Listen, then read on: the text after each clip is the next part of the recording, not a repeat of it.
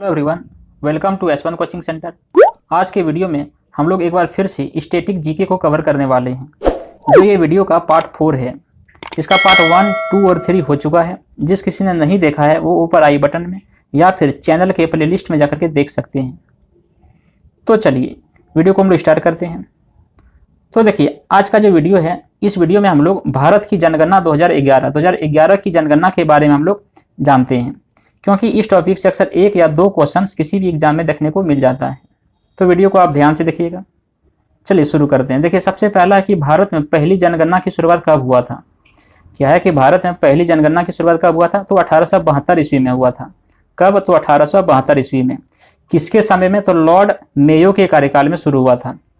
Lord Mayo के कार्यकाल में। ठीक है। उसके बाद अगला है कि जो देश में नियमित जनगणना की शुरुआत कब हुआ था। देश में नियमित मतलब तब से क्या हुआ, लगातार जनगणना होने लगा। कब से? तो 1881 ईस्वी से। 1881 से उस समय जो था लॉर्ड रिपन के कार्यकाल में शुरू हुआ था। लॉर्ड रिपन के कार्यकाल में देश में नियमित जनगणना 1881। ठीक है।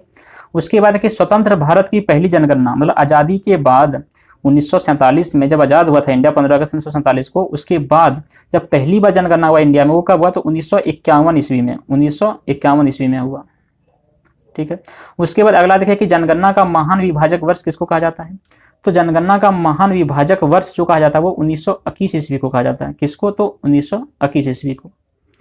उसके बाद देखिए जनगणना का लघु विभाजक वर्ष, जो लघु विभाजक वर्ष है वो कहलाता है 1951। 1951 को जनगणना का लघु विभाजक और महान विभाजक 1921 को। फिर है कि जनगणना से संबंधित अनुच्छेद, जनगणना से संबंधित अनुच्छेद जो है वो अनुच्छेद 246 मतलब अनुच्छेद आर्टिकल 246 246 में जो है वो जनगणना से संबंधित बताया गया है। कितना? 246 अनुच्छेद में। उसके बाद है कि जनगणना जो विषय है वो 7वीं अनुसूची की संघ सूची में है। जनगणना जो है किस विषय में सम्मिलित है? जो जनगणना जो है वो 7वीं अनुसूची की संघ सूची में ये सम्मिलित है। 7वीं अनुसूची की संघ सूची में। उसके बाद है कि जनगणना की जो अवधि है वो प्रत्येक 10 साल के में होता है। जनगणना जो होता है देश में वो हर 10 वर्ष में ये होता है। अब की बार 2021 में ये होने वाला था, बट अभी कुछ डिले हो रहा है इसमें। तो उसके बाद है कि जनसंख्या का जो अध्ययन, जनसंख्या का अध्ययन, स्टडी ऑफ पॉपुलेशन जो है वो क्या कहलाता है? तो डेमोग्राफी या जनांकांकी कहलाता है। इंग्लिश में डेमोग्राफी और हिंदी में जनांकिकी, जनसंख्या का अध्ययन को। उसके बाद है कि 2011 की जनगणना का जो क्रम है, 2011 की जनगणना का जो क्रम है वो कैसा है? तो देश की 15वीं मतलब आज़ादी के पहले और आज़ादी के बाद कुल मिलाकर के 15वीं जनगणना है। 15वीं जनगणना था 2011 का, लेकिन स्वतंत्र भारत का जो है वो 7वीं था। आज़ादी के बाद जो है वो 7वीं जनगणना था 2011 का। उसके बाद है कि 2011 की जनगणना का जो आदर्श वाक्य था, 2011 की जनगणना का जो आदर्श वाक्य था वो क्या था? हमारी जनगणना हमारा भविष्य। क्या था? हमारी जनगणना हमारा भविष्य। इसमें कुल 29 प्रश्न पूछे गए थे। कुछ कितना? 29 प्रश्न। उसके बाद है कि जनगणना का जो शुभंकर था, 2011 की जनगणना का जो शुभंकर था वो क्या था? परगणक शिक्षिका। एक परगणक शिक्षिका को जनगणना का शुभंकर बनाया गया था। फिर है कि प्रथम जनगणना कमिश्नर, जो सबसे पहला जनगणना का कमिश्नर था वो कौन था? तो डब्ल्यू प्लोडेन। कौन था? डब्ल्यू प्लोडेन था।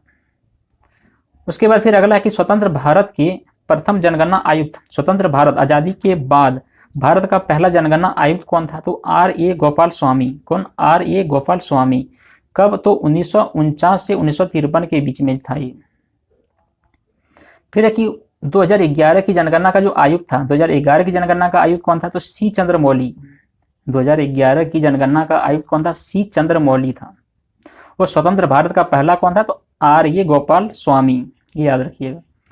चलिए अगला है कि जो पहली बार जाति आधारित जनगणना हुआ था, सबसे पहली बार जाति आधारित मतलब अलग अलग जातियों का अलग अलग जनगणना हुआ था। कब? तो 1931 ईस्वी में हुआ था सबसे पहली बार जाति के आधार पर।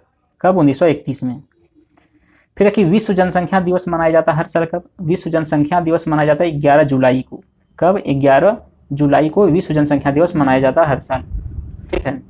चलिए उसके बाद अगला है कि कुल जनसंख्या, जो कुल जनसंख्या था 2011 की जनगणना के अनुसार कुल जनसंख्या देश का कितना था? तो 121.08 करोड़। 121.08 करोड़ ये कुल कितना जनसंख्या था भारत का 2011 की जनगणना के अनुसार।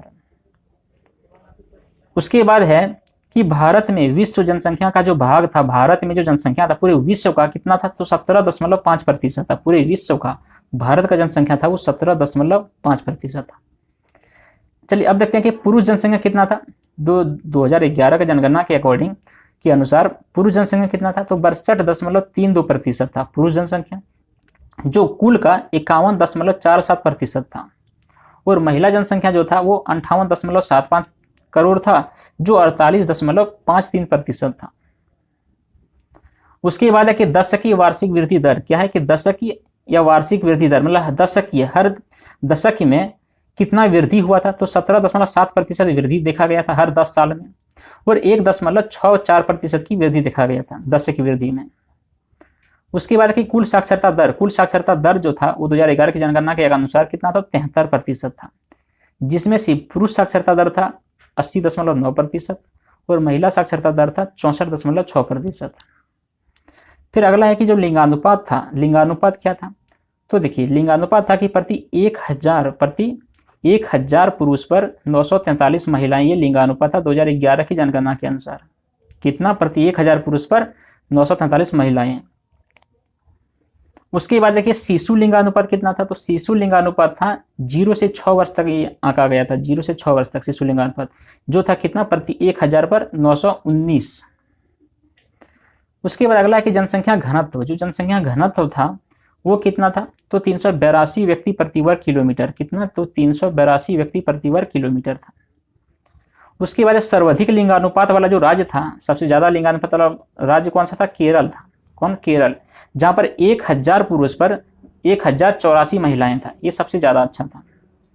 और सबसे न्यूनतम, सबसे कम लिंगानुपात वाला राज्य कौन था, हरियाणा, यहाँ 1000 पुरुष पर 879 महिलाएं था। चलिए उसके बाद अगला कि सर्वाधिक केंद्र शासित प्रदेश वाला जो लिंगानुपात था, सबसे ज्यादा लिंगानुपात वाला केंद्र शासित प्रदेश कौन था, पुडुचेरी था। सबसे ज्यादा लिंगानुपात वाला केंद्र शासित प्रदेश कौन था, पुडुचेरी था। उसके बाद है कि न्यूनतम केंद्र शासित प्रदेश वाला जो लिंगानुपात में था, न्यूनतम केंद्र शासित प्रदेश में वो था दमन और दीव। कौन, दमन और दीव। देखिए अभी जो है दमन और दीव और दादर नगर हवेली दोनों को क्या किया गया है, एक साथ मर्ज कर दिया गया है, ठीक है। और अभी कुल 8 केंद्र शासित प्रदेश हैं। उसके बाद कि सर्वाधिक जनसंख्या घनत्व क्या है, कि सर्वाधिक जनसंख्या घनत्व जो है वो सबसे ज्यादा जनसंख्या घनत्व किसका था, तो बिहार का था। सबसे ज्यादा जनसंख्या घनत्व किसका था, बिहार का, जहां पर 1106 था ये। फिर कि न्यूनतम जनसंख्या घनत्व किसका था, तो अरुणाचल प्रदेश का, मात्र 17। उसके बाद अगला कि सर्वाधिक केंद्र शासित जनसंख्या घनत्व, मतलब जनसंख्या घनत्व में सबसे ज्यादा केंद्र शासित प्रदेश में किसका है, तो दिल्ली का था। वो सबसे न्यूनतम जनसंख्या घनत्व केंद्र शासित प्रदेश में अंडमान निकोबार का था। फिर कि सर्वाधिक जनसंख्या, सबसे ज्यादा जनसंख्या वाला जो राज्य था वो उत्तर प्रदेश था, जहां पर 19.98 करोड़ आबादी। और सबसे कम जनसंख्या वाला सिक्किम, जहां मात्र 6.11 लाख आदमी था। उसके बाद कि सबसे ज्यादा केंद्र शासित जनसंख्या में सबसे ज्यादा केंद्र शासित प्रदेश में कौन था, तो दिल्ली था। और सबसे कम जनसंख्या में केंद्र शासित प्रदेश में कौन था, लक्षद्वीप था, ठीक है।